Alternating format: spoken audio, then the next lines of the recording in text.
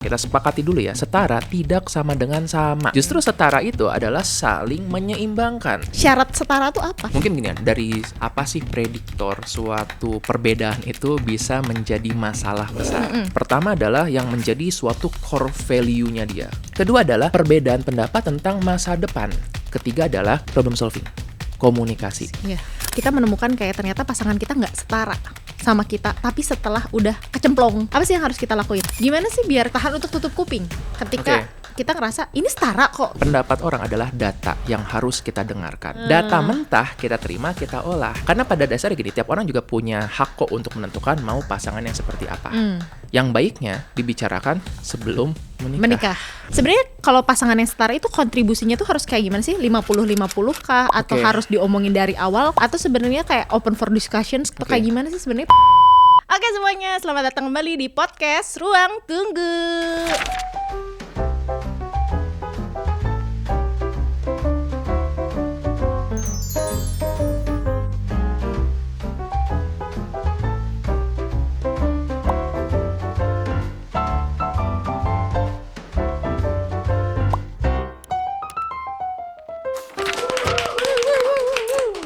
Nah, di part 2 ini nih kita akan mencari kayak pasangan yang setara. Apakah kamu pasangan yang setara buat Tentu aku? saja.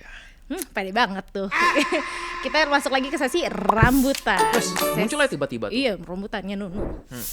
Ruang diskusi dan bertukar tanya. Balik lagi nih, ini tuh ada pertanyaan kolektif. Kalau kalian masukin pertanyaan di yang link description box yang ada di bawah sama di komentar, itu kita kolektifkan gitu. Jadi kayak tema apa yang paling banyak ditanyakan kita bahas di sesi rambutan ini. Yang lagi hot ya. Yang lagi hot gitu. Nah kemarin tuh kita udah bahas tentang trust issue. Dan biasanya berhubungan dengan trust issue itu adalah tentang pasangan yang setara. Nah pasangan yang setara ini tuh ada nih beberapa pertanyaan yang masuk. Yang salah satunya yang paling mewakilkan itu dari ini nih. Tapi kita gak sebutin yang namanya. Halo Dok dan Kak Sora, saya mau bertanya. Banyak nih diskusi tentang pasangan setara. Namun sebenarnya setara itu seperti apa sih Dok? Gitu. Apa pertimbangan dan standar yang perlu kita tetapkan? Kayak gitu. Aku setuju sih sama penanya ini, penunggu ini. Kayak setara tuh kayak gimana sih? Kadang-kadang tuh kayak standar orang lain tuh sama standar kita tuh kan beda. Betul. Gitu. Terus apa yang setara itu setara menurut siapa? Setara menurut kita, setara menurut orang tua kita, setara menurut sosial, atau setara menurut siapa? Jadi setara tuh apa? Nah, dan aku sering dengar begini, misalnya ada orang ya yang dia tuh akhirnya nggak bisa bersama. Ya Dok, kami terlalu berbeda. Lah kalau sama bisa berantem juga sih. Nah, iya bayangin juga kalau sih. sama-sama nggak mau ngalah. Sama-sama dominan, sama-sama keras kepala. Nah itu bisa jadi malah bermasalah gitu kan. Di sisi lain orang yang berbeda, misalnya introvert sama extrovert, bisa nggak sih mereka bersama?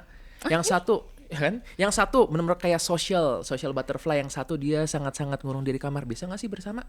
Bisa saya seneng aja. banget kalau ada tamu kan cukup dia saja yang gitu, saya bisa diam di Ternyata kamar. Bisa ya seperti itu karena. Jadi tapi ini jadi pertanyaan yang menarik tentang gitu, yang dibilang setara itu seperti apa? Gitu. Betul. Apakah seorang CEO apa pewaris keluarga Zhang? Pria ini adalah pewaris keluarga Zhang dan dia jatuh cinta dengan seorang. Nah itu kan nggak setara juga sebenarnya, tapi ternyata dicerita bisa-bisa aja tuh. Nah, romantis aja. Bisa. Nah, maka kalau kita ngomong tentang setara, kita sepakati dulu ya, setara tidak sama dengan sama. Justru setara itu adalah saling menyeimbangkan. Buat teman-teman yang suka main game MOBA ya, yang 5 lawan 5 misalnya, tim itu mesti setara skillnya. Iya. Objektifnya mesti sama. Kita mau tawuran atau mau ngambil towernya orang gitu. Tapi setara bukan berarti yaudah semuanya sama deh, semuanya tipe fighter semua. Ya semuanya biar tebel, semuanya mage gitu, semuanya nggak seperti itu, gitu. nggak bisa. Justru kan ada peran masing-masing. Yaudah nih, kamu yang tugasnya di depan digebugin duluan, ini di belakang. Itu setara bisa. Maka dalam relationship pun mungkin seperti gitu. Makanya bisa jadi ada keluarga sistem di mana yaudah ini suaminya bekerja, istrinya di rumah. Ada juga di keluarga lain, istrinya yang bekerja, suaminya di rumah. Dan itu nggak apa-apa, mereka bisa nganggap itu setara karena ada pembagian yang adil di dalamnya. Job desk-nya jelas. Tapi berapa sih keluarga yang ngomongin job desk secara terang-terangan, sedangkan yang sering kan udahlah tahu sama tahu, akhirnya jadi kekecewaan dalam hubungan. Seharusnya kamu sudah tahu nih ngapain, harusnya kamu begini, itu yang jadi masalah. Seakan kayak bisa baca pikiran pasangan masing-masing ya. Jadi kalau kita ngomongin tentang setara itu, di sini ada keseimbangan yang saling melengkapi satu sama lain. Tentu saja untuk seimbang ini lebih mudah kalau memang nggak jauh-jauh amat. Oke, seseorang yang misalnya dia pendidikannya kuliah, tentu lebih mudah berkomunikasi dengan yang pendidikannya sama-sama juga. Bukan berarti dia ngomong dengan yang hanya lulusan SD nih, maaf, jadinya nggak bisa nyambung. Tetap bisa. Karena tadi kan orang yang nggak lulus dengan yang hanya lulusan SD ini, belum tentu dia nggak melanjutkan gara-gara ilmunya nggak ada. Bisa jadi karena masalah ekonomi. Sebenarnya otaknya bisa nyambung juga. Betul. Nah, jadi itu menjadi salah satu penanda awal, tapi nggak satu-satunya. Termasuk juga kan sering kali ada kalau pilih pasangan itu yang latar belakang ekonominya sama. Bibit, bebet, bobot. Itu sebenarnya kan untuk mempermudah. Kalau ini sama-sama dari keluarga yang tahu tentang manners, gimana table manners, kan lebih mudah untuk nyambung ya dibandingkan yang pas makan tiba-tiba ngangkat kaki, makan pakai tangan gitu nyomot. Nah, akan lebih susah untuk menyamakan itu, tetapi bukan berarti nggak bisa. Begitu. Nah, ini yang jadi sering jadi perdebatan adalah kalau gitu yang setara tuh seperti apa? Gimana kalau kita yang menentukan sendiri? Ya, betul. Gimana kalau kita yang akan menentukan seperti apa sih kriteria-kriteria pasangan yang kita mau? Yang kita mau, walaupun nanti konfliknya adalah dengan keluarga. Bagiku nggak apa-apa kok kalau misalnya pasangan saya, misalnya perempuan nih, pasangan saya lebih muda, cowok nggak apa-apa. Tapi bisa dari keluarga yang cowoknya, oh nggak bisa tuh, masa pasangan yang perempuan lebih tua. Kadang-kadang keluarga yang meribetkan. Ya karena kan kita masih berada di Asia. Betul. Di culture yang keluarga itu adalah suara terbesar juga dalam hidup kita. Dan kita perlu akui di negara-negara Asia pada umumnya, patriarki itu masih memegang peranan penting. Jadi ketika dibilang tadi setara, akhirnya orang bakal mikirnya, ya udah berarti kalau keluarga itu suami sebagai pemimpin, yang anak buahnya adalah anak dan istri. Itu yang jadi problemnya. Sedangkan kita mau mengangkat bahwa ini ada kesetaraan loh di sini. Nah, makanya akhirnya definisi setara pun beda satu orang ngomong dengan orang-orang lainnya. Kita nggak bermaksud untuk menyamakan yang mana istilah yang paling benar. Cuma tadi kita ngajak untuk bagimu sendiri ini sudah setara atau belum. Aku jadi ingat juga waktu pertama kali kita menikah gitu. Pertama kali menikah? Enggak. Oh iya juga. Enggak pertama kali awal kita menikah. Ya benar. Awal kita menikah ada komentar dari orang tua kamu gitu. Waktu itu tuh aku minta tolong diambilkan minum. Ambilin minum dong gitu. Terus karena waktu itu aku sambil makan sambil kerja kalau nggak salah. Terus kamu dengan lempengnya ya ngambil minum aja gitu. Terus waktu itu mama kamu narik kamu dan kasih komentar kayak, kok kamu suami takut istri sih gitu, kayak jangan karena hanya seorang nyari uang kamu jadinya mau gini gitu. Terus kayak menurut aku waktu itu kamu sama aku kayak mikir, hah emang gimana gitu. Kadang-kadang jadinya yang setara itu tuh antara anak sama orang tua juga kadang-kadang berbeda. Betul. Gitu ya. Nah, in my defense waktu itu, aku tuh dulu kalau misalnya makan, mamaku membawakan minum. Yang aku pelajari bukan perempuan membawakan untuk laki-laki. Yang aku pelajari adalah kalau orang lagi ada makan, ya kita bawakan aja minum untuk ngebantu dia. Ternyata gitu kan. Jadi apa yang disampaikan itu bisa kita memproses berbeda. Tapi untungnya kan dalam proses itu nggak jadi masalah karena aku ngebantu ini memang karena aku suka ngebantu aja. Dan waktu itu aku minta tolong ke kamu karena aku lagi full hand. Gitu. Tapi bayangin ini di keluarga yang lain bisa menjadi suatu masalah. Kalau yang masih patriarki banget bisa jadi kayak wah itu nggak sopan, itu penghinaan kepada harkat suami. Buset deh. Emang sefragile apa sih ini harkat lo sampai bawain minum aja bisa menjadi hancur. Tapi waktu itu kita berhasil untuk menyelesaikan itu dengan orang tua kamu ya. Jadi kita memberikan pengertian juga, tapi nggak langsung kayak gimana sih mama kuno atau gitu. Nggak dengan kayak gitu juga, tapi dengan penilaian kayak enggak loh gitu, kayak kita dengan pendekatan yang lebih empatik juga ya dengan dia, dengan apa yang dia rasakan kayak gitu. Mungkin juga itu juga bisa dilakukan juga ya ke pasangan-pasangan baru gitu. Kadang-kadang orang tua tuh cuman pingin yang terbaik kok untuk anaknya. Betul. Karena dia nggak mau anaknya disakiti oleh pasangannya. Baik gimana pun juga kan pasangan itu tuh orang baru kan di keluarga tersebut kayak gitu. Jadi maksudnya biasanya baik juga gitu. Nah balik lagi ke kesetaraan gitu. Setara itu tuh sebenarnya bare minimumnya apa sih? Bare minimum, oke. Kayak syarat setara tuh apa? Mungkin gini ya, dari studi ya. Aku kemarin mencoba untuk mencari nih kira-kira apa sih prediktor suatu perbedaan itu bisa menjadi masalah besar. Oke. Ternyata tadi kayak misalnya kepribadian introvert extrovert nggak ngaruh. Oke. Zodiak nggak ngaruh. Banyak yang masih ngira gitu ya, nggak ngaruh. Oh iya. Oke. Nggak terlalu ngaruh karena ya itu kan hanya kepribadian seseorang yang tunjukkan. Ternyata yang paling utama itu kalau aku merangkum tuh ada 3. Ya, pertama adalah yang menjadi suatu core value-nya dia. Core value ini misalnya apa? Agama. Oke, seberapa dekat dengan keluarga. Itu adalah core value. Karena ini kan sesuatu yang mengakar dan sulit buat dikutak-atik. Kalau sekedar makan durian atau enggak itu gampang dikutak-atik gitu. Bubur diaduk atau enggak itu gampang dikutak-atik. Tapi kalau tentang seberapa sering harus ibadah, seberapa besar harus mendonasikan untuk keagamaan, itu bisa jadi sumber berantem.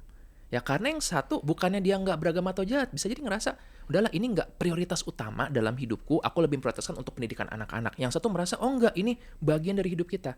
Itu pertama yang bisa jadi sumber masalah. Kedua adalah perbedaan pendapat tentang masa depan.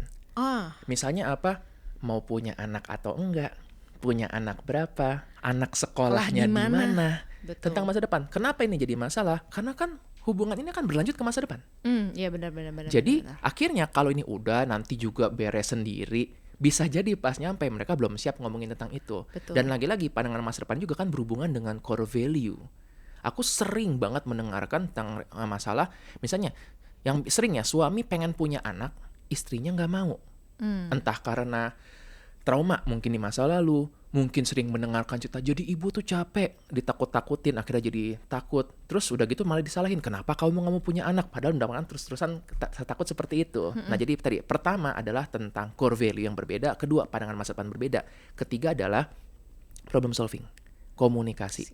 Ada orang-orang yang pengen untuk menyelesaikan saat itu juga, ada yang justru terlalu ekstrim, udahlah nggak usah diomongin, ntar juga beres sendiri. Perbedaan ini akan jadi masalah karena namanya relationship, berantem pasti ada. Iya betul. Akhirnya cuma ya udah nggak usah diomongin, masukin ke bawah karpet, gitu, sweep under the rug. Akhirnya lama-lama itu meledak dan ternyata setelah menikah bertahun-tahun itu tuh masalah bertahun-tahun kecil-kecil tuh nggak pernah diselesaikan. Unfinished business-nya banyak banget jadinya. Nah 3 ini ternyata yang berarti jadi bare minimum. Kalau misalnya mau untuk mencari yang sama, pastikan punya core value yang sama. Kalaupun agamanya cara sama, pandangnya sama minimal ya. Kalaupun agamanya sama, pastikan tadi gimana mendalaman agama ini kira-kira setara. Kalaupun berbeda nggak apa-apa, asal tadi sama-sama problem solvingnya mau untuk belajar atau mau menyesuaikan satu sama lain, gitu. Mau berkembang. Betul, gitu. Nah, jadi akhirnya juga aku sampaikan kok kepada pasien-pasienku ya, kalau misalnya dia merasa pasangan saya kayak masih ada yang kurang, dia mau belajar atau enggak. Selama dia masih mau belajar, dia mau berkembang dan kamu rela memberikan room for improvement, memberikan peluang buat dia salah, menurutku hubungan tuh bisa diperjuangkan kok. Yang gawat adalah kalau misalnya ini memang udah beda value, terus juga dia melihat kayak pasangannya udah nganggap ya udah emang aku begini. Udah saklek ya? Udah saklek. Nah itu pun aku nggak langsung menyarankan pisah, tapi ya udah anggaplah sampai 10-20 tahun lagi dia masih seperti gitu, kamu bisa nggak keep up dengan itu? Bisa nggak untuk kamu menyesuaikan? Mungkin dia berharap ya mungkin dia nanti bisa ngejar. Oke, moga-moga. Kalau 10-20 tahun dia ternyata nggak bisa ngejar, kamu oke nggak? Kalau dia ngerasa ya sebenarnya nggak kenapa-kenapa sih, ya sudah. Ya berarti udah. itu bukan jadi masalah. Betul. Begitu. Karena seringkali honeymoon period ya pas awal-awal, pasanganku tidurnya lama, ngiler, lucu. Setelah 5 tahun, tidur mulu, ngiler mulu, ngorok lagi gitu. Karena yang jadi lucu jadi masalah suatu saat nanti gitu. Menarik. Nah, aku juga jadi penasaran kan dari tadi juga termention soal kontribusi. Sebenarnya kalau pasangan yang setara itu kontribusinya tuh harus kayak gimana sih? 50-50 kah? Atau harus diomongin dari awal kah? Atau sebenarnya kayak open for discussions kah? Atau kayak gimana sih sebenarnya pasangan yang setara itu soal kontribusi ini? Gitu. Oke, ini jadi sama gini, kalau kita ngomongin tentang pajak nih, ya kalau mau pajak yang adil berarti semua orang bayarnya sama dong. Tapi kan jadinya kasihan bagi orang-orang yang mungkin penghasilannya kecil dan enak bagi orang yang penghasilannya besar kalau misalnya pajaknya sama semua. Benar. Dalam game juga aku sering ngomongkan, kenapa game itu jadi analogi? Karena itu menunjukkan real life banget. Suatu game yang tadi misalnya Mobile 5 lawan 5, damage terbesar bukan dipegang oleh semua orang, satu orang tertentu. Tapi tadi tiap orang perlu tahu tugasnya apa. Artinya kalau dalam suatu hubungan ini mungkin dia mau menetapkan, oke inilah 70-30, nggak apa-apa. Jadi mungkin tadi untuk mencari uang, mungkin satu orang ini 70, yang satu 30. Bisa jadi dalam pencarian uang, yang satu 99%, yang satu 1%. Tapi artinya apa yang orang ini tadi hanya kontribusi 1% di finansial, dia kontribusi di hal yang lainnya. Misalnya bisa membantu untuk merapikan rumah, bisa menyediakan makanan, bahkan kalaupun nggak memberikan emotional support, itu juga bisa. Betul. Oke? Jadi tadi nggak harus dalam bentuknya yang konkret apa yang terlihat. Ada kok beberapa pasangan yang menjadi klienku, yang tadi dia mempertanyakan, "Dok, ini hubungan kami agak unik karena aku nih perempuan yang mencari uang, suamiku yang di rumah." Kalau dicetak ke orang-orang harus pada bilang, "Wah, itu sih red flag tuh." Mau kondo Nah, tuh. itu sering banget jadi tuduhan Iya. seperti gitu. Dan aku bilang, "Bentar dulu, yang penting kalian paham nggak tentang ini?" Nah, ternyata di situ memang berbeda. Ada yang memang, ya sudah aku ngerasa dia sebenarnya di rumah cuma main-main doang, nggak ngapa-ngapain. So, itu bisa jadi masalah. Pergi mancing doang gitu. Terus anaknya disekolahin, udah pergi jauh, nggak diantar, nggak diapain. Nah, itu jadi masalah. Tapi kalau misalnya mereka sepakat, oh suamiku memang di rumah, misalnya dia punya kerjaan yang lain, dia mungkin ngebantu ngurus rumah, jadi house husband, itu possible banget. Yang penting dari awal memang sepakat untuk itu. Iya. Nah, mungkin society akan nganggap itu nggak setara, tapi yang penting bagi kamu itu setara, kan itu kamu yang menjalankan. Walau tetap ya perlu mendengarkan pendapat orang lain juga untuk sebagai referensi aja, begitu. Gimana sih biar kayak kita tahan untuk tutup kuping ketika kita ngerasa ini setara kok gitu. Yes, wah ini agak berat nih. Aku juga nggak pengen langsung bilang jangan dengerin pendapat orang lain. Oke, pendapat orang adalah data yang harus kita dengarkan. Jadi kalau misalnya tetangga bilang bahwa kok suami kamu di rumah nggak kerja, itu data. Temanmu juga bilang begitu, keluargamu juga ngomong kayak gitu, kamu pun melihat juga, ya kok seperti itu data semua tuh. Nah, tinggal data ini kita olah. Misalnya ternyata, iya sih dia memang nggak kerja di luar, tapi dia di rumah ada yang dilakukan kok, datanya kita olah. Ya, data mentah kita terima, kita olah. Yang penting itu berarti kita punya kemampuan untuk berpikir kritis dan mungkin diskusi, begitu. Di sisi lain bisa jadi tadi yang dia nggak menyadari bahwa bentar kok dalam relationship ini aku doang yang kerja, oke, aku yang menanggung semuanya, gitu. Nah itu bisa menjadi data juga untuk kita berdiskusi. Bukan berarti juga nih setelah data bahwa iya nih pasanganku nggak ngapa-ngapain, udahlah aku minta pisah aja, ya nggak gitu juga ya. Karena pada dasarnya gini, tiap orang juga punya hak kok untuk menentukan mau pasangan yang seperti apa. Yang baiknya dibicarakan sebelum menikah. Betul. Bukan dibicarakan, bukan baru dibicarakan setelah menikah. Oke? Jadi baiknya mulai dibicarakan sebelum menikah, tapi masih ongoing terus. Nah banyak juga orang yang berpikir, oh berarti aku harus mendapatkan jawaban dulu nih baru bisa nikah. Kadang jawabannya munculnya setelah menikah, setelah tinggal bareng ya. Iya, setelah tinggal bareng. Setelah 5 tahun bersama baru dapat jawabannya, dan nggak apa-apa, yang penting sudah mulai dipikirkan terlebih dahulu. Kita menemukan kayak ternyata pasangan kita nggak setara sama kita, tapi setelah udah kecemplung, kayak tadi udah kecemplung, apa sih yang harus kita lakuin? Oke, good. Kadang-kadang ketidaksetaraan tuh bisa terjadi memang belakangan. Misalnya waktu awal mungkin sama-sama nih mulai dari nol, gitu kan. Kan sering gitu ya, kita mulai dari nol ya sama-sama. Dalam perjalanan ya tiba-tiba misalnya pasangannya mendapatkan suatu promosi yang besar. Yang tadinya setara jadi nggak setara. Nah ini bisa jadi masalah, bisa juga enggak. Ini akan jadi masalah ketika pada saat itu terjadi tiba-tiba nih pasangan yang lebih tinggi tiba-tiba jadi ada semacam ego. Aku bisa nih dapat yang lebih bagus daripada ini. Nah, itu yang terjadi ketika dia melihat hubungan itu sebagai transaksional. Dia melihatnya siapa yang bisa memberikan benefit lebih besar. Tapi nggak jadi masalah kalau, oh syukurlah aku lebih tinggi. Sekarang gimana ya supaya aku bisa mengajak pasanganku untuk bisa juga mengejar. Untuk mengembangkan diri ya. Dan menurutku nggak ada salah juga kita mengajak orang untuk mengejar itu. Yang penting tadi, sepakat value-nya sama tentang hidup, bahwa sama-sama mau berkembang. Ada juga beberapa orang yang merasa, ya udah aku begini supaya nanti pasanganku nggak perlu bekerja terlalu keras dan bisa menikmati hidup. Nggak apa-apa kok, seperti gitu. Sebaliknya bisa juga orang awalnya setara nih, terus tiba-tiba karena penyakit, tiba-tiba jadi nggak bisa functioning, itu kan jadi terjadi ketidaksetaraan juga. Nah ini yang terjadi belakangan ini, tetap kita butuh untuk mendiskusikan. Makanya tadi kan menurutku bare minimum salah satunya adalah tentang kemampuan komunikasi dan problem solving. Begitu. Sayangnya tadi kan kalau janji nikah itu mencintai dalam suka dan duka, dalam senang dan sedih gitu. Kadang-kadang kelupaan tuh. Cuma ingatnya bahwa dalam senang-senangnya aja, begitu. Dan akhirnya ketika sayangnya gini kan, ketika terjadi ketimpangan tersebut, ada orang yang tiba-tiba sakit, kehilangan power, kalau itu dipisahkan, dia berpisah, ya akhirnya orang yang power lebih lemah ini jadi nggak bisa ngapa-ngapain. Begitu. Itu yang menjadi kasihannya di situ. Oke. Maka kalau kalian udah melihat kayaknya calon pasangan kalian punya pattern seperti gitu, baiknya tadi untuk didiskusikan, untuk dipikir terlebih dahulu. Kalau misalnya dari kesehatan mental nih, kalau misalnya kita nih udah tahu pasangan kita, ataupun kita udah tahu nih pasangan kita tuh setara awalnya, atau pas lama-kelamaan kita lihat, oh kok kayaknya dia lama-lama nggak setara ya sama aku gitu, kok lama-lama dia kok kayaknya nggak mau berkembang, nggak mau belajar, nggak mau berubah gitu. Tapi kita udah kecemplung nih, udah jadi pasangan kita. Lama-kelamaan kalau kita bertahan di situasi yang kayak gini, itu kita bakal apa sih kita alamin gitu? Oke. Stres sih lo. Ngebatin nggak sih? Iya pasti. Awalnya mungkin stresnya dalam bentuknya nih pikiran, kayak mungkin jadi marah-marah. Tapi dalam kondisi yang lebih lanjut lagi, bisa jadi muncul di kelainan fisik. Oke. Contohnya kayak gimana tuh? Gampang sakit mah misalnya. Jadi GERD, sobat GERD. Nah, jadi merasa lebih gampang untuk mungkin nggak enak badan, lebih gampang untuk sakit mahnya kambuh, jadi susah tidur, jadi gampang marah, jadi irritable. Mungkin jadi seperti itu. Akhirnya yang awalnya ini hanya masalah rumah tangga, berkembang menjadi masalah pekerjaan. Begitu, itu kalau dibiarkan. Makanya aku menyampaikan kepada pasienku bahwa kita perlu menyadari ada seperti ini, dan mungkin dalam beberapa situasi berpisah itu bisa jadi salah satu pertimbangan loh. Oke? Karena gini, berpisah itu nggak selalu berarti kita kabur dari masalah. Kadang-kadang ya ini dalam beberapa situasi ketika aku mempertemukan gitu dengan pasangan, kita ngobrol-ngobrol, bisa jadi mereka memang sepakat bahwa masing-masing ini berhak bahagia, tetapi tidak bersama. Si A bahagia dengan cara sendiri, si B bahagia dengan cara sendiri. Justru bareng-bareng akan membuat mereka terluka. Dalam situasi itu bisa kok berpisah menjadi jalan penengah yang baik.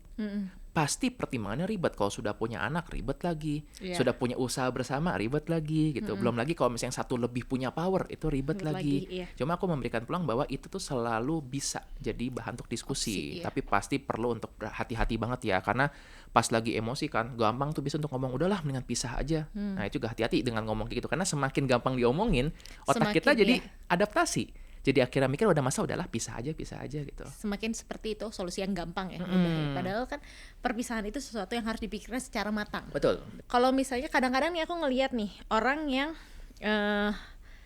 berada di hubungan yang tidak timpang gitu, yang setara, yang timpang banget bahkan ya.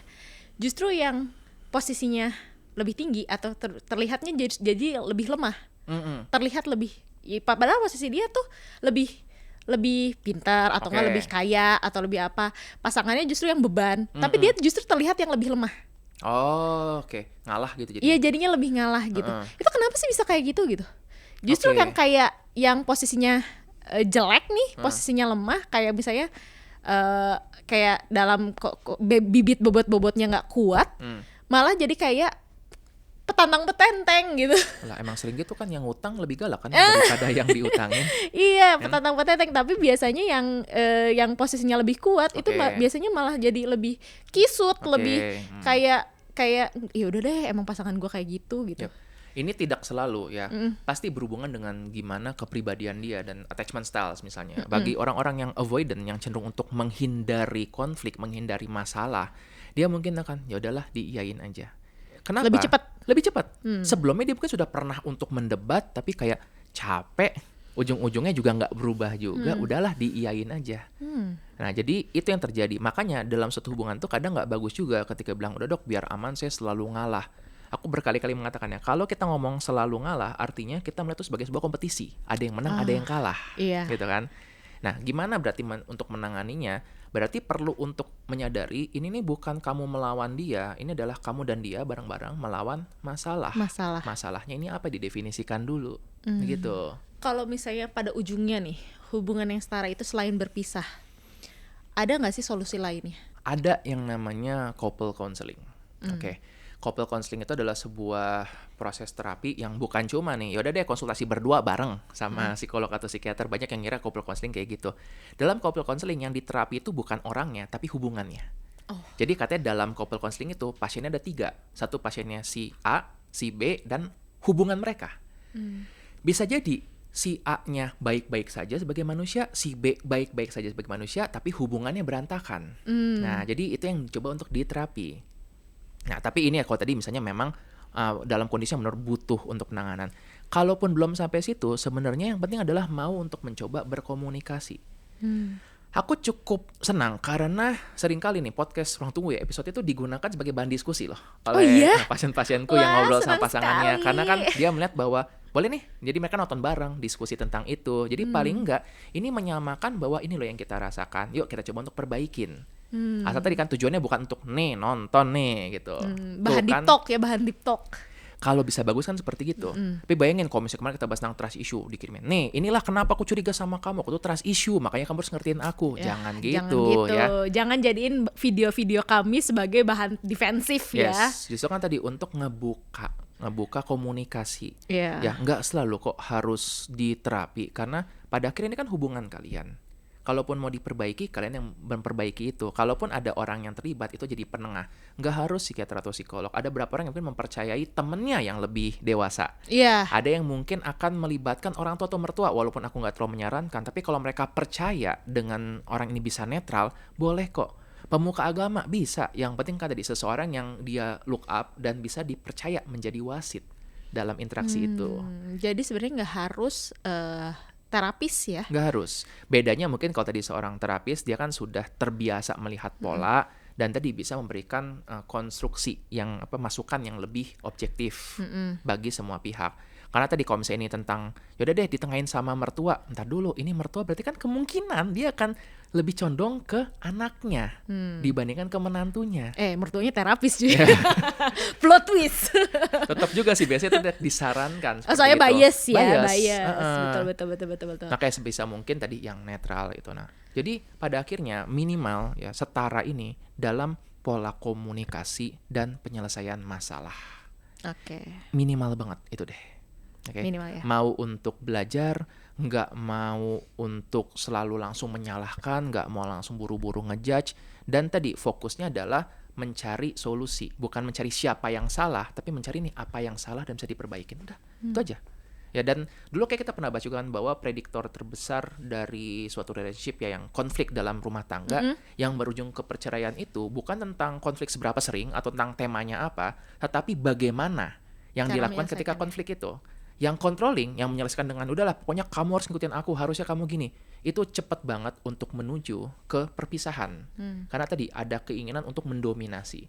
Tapi kalau yang mereka mau untuk berdiskusi, tukar-tukar pendapat, ngobrol gitu, itu akan menjadi lebih sehat. Selalu ingat, debate like scientist, not like a lawyer. Fight like a scientist. Ya, jadi selalu kalau kalian memiliki masalah, selalu kayak selesaikan itu seperti seorang saintis menyelesaikan masalah, bukan seperti seorang lawyer yang debat. Siapa yang menang, siapa yang benar. Tapi seperti kayak masalahnya gimana dan gimana cara menyelesaikannya. Gitu. Oke, keren banget. Oke, kalau gitu kita masuk aja kali ya ke sesi solusi. Jadi harus ngapain nih? Jadi solusinya apa dong kakak? Masuk ke sesi semangka, sesi mengupas solusi kehidupan. Halo. Jadi nih buat para teman-teman kita yang jomblowati, masih disebut gak sih jomblowan dan jomblowati, itu gimana sih kayak misalnya untuk mendapatkan pasangan yang setara, dan gimana juga cara untuk kayak kalau misalnya sudah ada relationship-nya, pasangan untuk memulai membangun hubungan yang setara tuh kayak gimana? Baik. Paling pertama ya, potongan semangka pertama adalah self respect. Ya artinya kamu boleh untuk menentukan kamu mau orang yang seperti apa. Kita harus tahu dulu ya kita maunya apa. Atau kalaupun nggak tahu maunya apa, minimal tahu nggak maunya yang kayak gimana. Oh iya, kalau yang nggak mau pasti langsung tahu ya. Aku kadang mengajak pasienku untuk melis ini dan mereka ngerasa, tapi kok nggak enak ya? Kok kayaknya jadi pemilih banget, jadi so banget. Enggak, ini bagian self respect. Kita menyadari bahwa aku mau yang gini. Nah, kedua. Boleh jujur nggak sih kayak aku mau yang kaya itu nggak apa-apa? Boleh banget, nggak apa-apa. Kan tapi ada ininya nggak sih, ada batasannya nggak sih? Boleh bilang aku mau tingginya 180 cm, boleh, tuliskan aja. Oh iya boleh ya. Kan baru step 1. Step 1 kan kita tadi secara jujur menuliskan kita maunya bagaimana gitu. Jadi kita bagian dari self respect. Kedua, step keduanya, potongan semangka kedua adalah baru kita tentukan yang mana yang non negotiable, yang mana yang harus, yang mana yang ya boleh lah. Yang mana yang kalau kita lihat lagi ini nggak penting-penting amat sebenarnya. Karena waktu awal kita menentukan semuanya mungkin jadi penting nih. Tapi setelah kita coba untuk list, ya ada yang penting banget. Misalnya bagi beberapa orang mungkin agama harus sama, nggak apa-apa. Suku ras harus sama. Ada, nggak apa-apa. Ada yang aku keluargaku pengen yang ini mendingan lulusan dari luar negeri, nggak apa-apa. Tuliskan dulu aja. Nah, karena tadi kan kedua ini baru kita buat tadi kriterianya, rank mana yang penting, yang mana yang sebenarnya nggak terlalu penting-penting amat. Di situ kita mulai bisa menyesuaikan. Nah, ini dari 2 step ini aja, ini membuat kita jadi bisa untuk menentukan self respect itu. Tapi step ketiga ini adalah kita sendiri. Kembangin dong diri kita. Oh iya. Okay? Kalau lu mau CEO, kembangin diri lu untuk mencapai ke tahap CEO ya. Betul. Kita pastikan supaya levelnya pun siap untuk itu. Betul. Jadi kalau aku pengen seseorang yang berpendidikan tinggi, berarti kamu juga sebaiknya suka untuk belajar hal-hal baru. Kamu pengen orang dari latar belakang keluarga yang slay gitu, yang high society, ya belajar tentang manners, belajar tentang bagaimana membawakan diri, supaya nanti bisa jadi levelnya sama. Jadi kita boleh menuntut orang lain tapi juga ngaca gitu kan, kayak kapasitasmu bagaimana gitu ya. Nah dengan demikian buat teman-teman yang masih mencari, moga-moga tadi ya, jadi kita tetap bikin pandangan ke atas tapi tetap napak di bumi. Ngaca juga, bagus menarik. Nah kalau misalnya kita sudah punya pasangan tapi pingin menyetarakan diri, itu gimana? Baik, ini sudah punya pasangannya, berarti untuk menyetarakan diri, tadi satu potong pertama adalah komunikasi, pastikan itu dulu. Jadi kita perlu untuk benar-benar declare dari awal, kita akan berkomunikasi dan kadang-kadang komunikasi ini nggak enak. Ya, kadang-kadang berantem. Tapi kita perlu mendeklar bahwa ini adalah satu periode tertentu di mana kita bakal diskusi, tujuannya adalah untuk mencari apa yang salah, bukan nyari siapa yang salah. Kenapa? Karena kalau nggak dibuat sesi seperti itu, setiap omongan bisa jadi serangan. Tapi kalau kita ngomong, udah kita omongin dulu yuk. Nah, jadi siapkan sesi buat itu. Dan yang kedua, apabila misalnya memang nggak mendapatkan jalan tengah dari situ, hadirkan orang lain. Tadi kita bilang bahwa mungkin ini adalah seorang terapis, psikolog, psikiater, mungkin pemuka agama, mungkin orang tua, mungkin teman yang kita look up untuk menjadi wasit tengah-tengahnya. Ketiga, apabila sudah mencoba dan ternyata masih nggak bisa untuk setara, sebenarnya pisah juga adalah salah satu jawaban. Justru mumpung belum benar-benar melanjutkan sampai tahap yang lebih serius, bisa kok untuk menyelesaikan dulu. Kemarin aku dapat sebuah kutipan yang menurutku ini sih powerful banget. Kutipannya itu seperti gini, lebih baik mengakui kamu masuk ke ruangan yang salah daripada menghabiskan waktu kamu di ruangan itu seumur hidup. Ya kan? Untuk mengakui, yes, aku salah masuk ruangan, itu berat. Tapi lebih berat lagi kalau kamu di situ dan udahlah siapa tahu ruangannya berubah. Gitu kan. Nah, ini jadi salah satu yang aku akan banyak sampaikan juga kepada pasien-pasienku, karena tadi sepowerful itu loh. Kita mungkin bisa mendekorasi ruangannya, mungkin kita bisa untuk modifikasi, betul. Tapi kalau kita ngerasa bahwa ya ini sebagus apapun bukan ruangan ini, aku salah ruangan, harusnya aku di tempat yang lain. Itulah yang perlu diperbaiki. Lebih baik nyari ruangan lain ya. Dan benar-benar kayak nyari ruangan kita tuh yang mana. Soalnya kan nyari rumah. Anjay, kukira kau rumah. Ternyata disita bank. Ternyata KPR. Oke, kalau kayak gitu coba kirimin video ini ke pasangan kalian. Apakah pasangan kalian sudah setara? Jadiin bahan diskusi sama pasangan kalian. Gimana biar kalian menjadi pasangan yang setara? Atau mungkin sudah setara terus ngirim, aku seneng deh kita setara. Terima kasih ya sudah menjadi pasangan yang setara untukku. Mantap banget. Kalau kayak gitu jangan lupa di subscribe dan nyalain juga notifikasinya, karena kita bakal terus-terusan bahas topik-topik yang seru terkait relationship sama keluarga kali ya. Kayaknya menarik banget ya ngebahas itu. Nah terus juga kalau kalian ada pertanyaan atau ada masukan, bahas ini dong, bahas itu dong, kayak boleh nih ditulis aja di kolom komentar atau di link yang ada di description box di bawah. Jangan lupa juga di follow Instagram kita di @ruangtunggu dan Instagramnya Andreas di @dertikandriamon dan Instagram aku di @littlesora. Jadi sampai jumpa di Ruang Tunggu berikutnya. Dan ingat, di setiap perhentian pasti ada ceritanya. Bye bye. Selamat tunggu Ramon.